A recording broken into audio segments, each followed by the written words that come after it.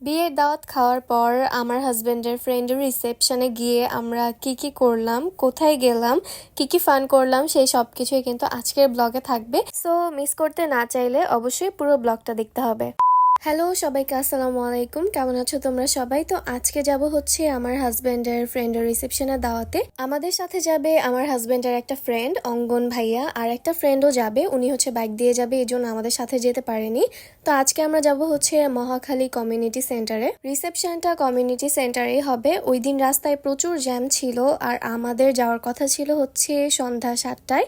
তো একদিকে উবারও পাচ্ছিলাম না, আরেকদিকে রাস্তায় জ্যাম ছিল, এর জন্য যাইতে আমাদের প্রায় 8টা সাড়ে 8টা বেজে গেছে। এই তো আমরা একদম এসে পড়লাম কমিউনিটি সেন্টারের পাশেই। এইটা হচ্ছে রাস্তার অপোজিটে। আমরা রাস্তা পার হলেই হচ্ছে কমিউনিটি সেন্টারটা, ওই যে দেখা যাচ্ছে সাজানো। রাস্তায় জ্যাম না থাকলে আরো আগেই চলে আসতাম। তো এই তো আমরা হচ্ছে কমিউনিটি সেন্টারে এসে পড়ছি। এখানে হচ্ছে ব্যানার টাঙানো আছে, মাহাদি ভাইয়া অ্যান্ড মুনা ভাবির নামও লেখা।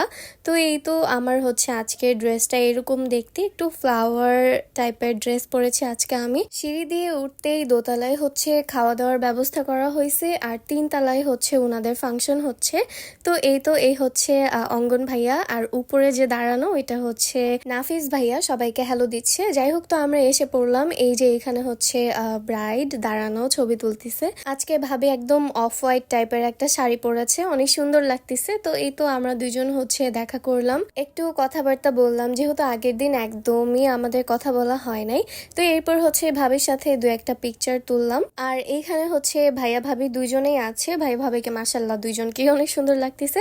তো যাই হোক, এরপর হচ্ছে আমি কতগুলা পিকচার তুললাম, আমাকে নাফিস ভাইয়া অনেকগুলা পিকচার তুলে দিছে ভাইয়ার নিউ ফোন দিয়ে। আমি কিন্তু অনেক মোটা হয়ে গেছি, তাই না? আমার গালগুলা এত ফুলছে। আমি ওই দিনের ছবি দেখে বলতেছিলাম, যেদিন শাড়ি পরছে ওই দিনও দেখতেছিলাম আমার গাল এত ফুলা লাগতেছিল, আর আজকেও হচ্ছে আমার গাল অনেক ফুলা লাগতেছে। তোমরা যারা ডায়েট করো আমাকে প্লিজ একটু মেসেজে জানাইও যে তোমরা কি খাও, কি খাইলা, আমি একটু শুকাতে পারবো। যাই হোক, তো উপরে ভাইয়া ভাবিদের সাথে কিছুক্ষণ থাকার পর আমরা নিচে চলে আসি খাওয়া দাওয়া করার জন্য। দোতলায় একটু রাশ ছিল, তারপরেও কোনো মতো টেবিল খালি দেখে হচ্ছে বসে পড়ছি, কারণ আমাদের আসলে অনেক লেট হয়ে যেতেছিল, আবার ব্যাগও করতে হবে। তো এদিক দিয়ে হচ্ছে নাফিস ভাইয়া আমাদের সবাইকে সার্ভ করে দিচ্ছিল, আর তোমাদের ভাইয়া আমাকে সালাদ দিচ্ছিল। তো এদিক দিয়ে পোলাও এসে পড়ছে, এখানে আমি ভেজিটেবলও নিছি আর সাথে সালাদ, আর এখান দিয়ে নাফিস ভাইয়া আমাদেরকে কাবাব দিচ্ছে। ওই দিনের প্রত্যেকটা খাবারই হচ্ছে নাফিস ভাইয়া আমাদের সবাইকে সার্ভ করছে। এরপর আমরা সবাই খাওয়া দাওয়া শুরু করে দিই। তো খাওয়া দাওয়ার সময় আসলে এত ক্লিপ নেওয়া যায় না, তো এর জন্য হচ্ছে আমি আর বেশি ক্লিপ নেই। তো এদিক দিয়ে হচ্ছে খাওয়া দাওয়া শেষ। তোমাদের ভাইয়াকে এখন আমি কোটটা একটু পরাই দিচ্ছিলাম। তোমাদের ভাইয়া কত খায় দেখছো, মানে খাওয়ার সময় কোট খুলে নিছে।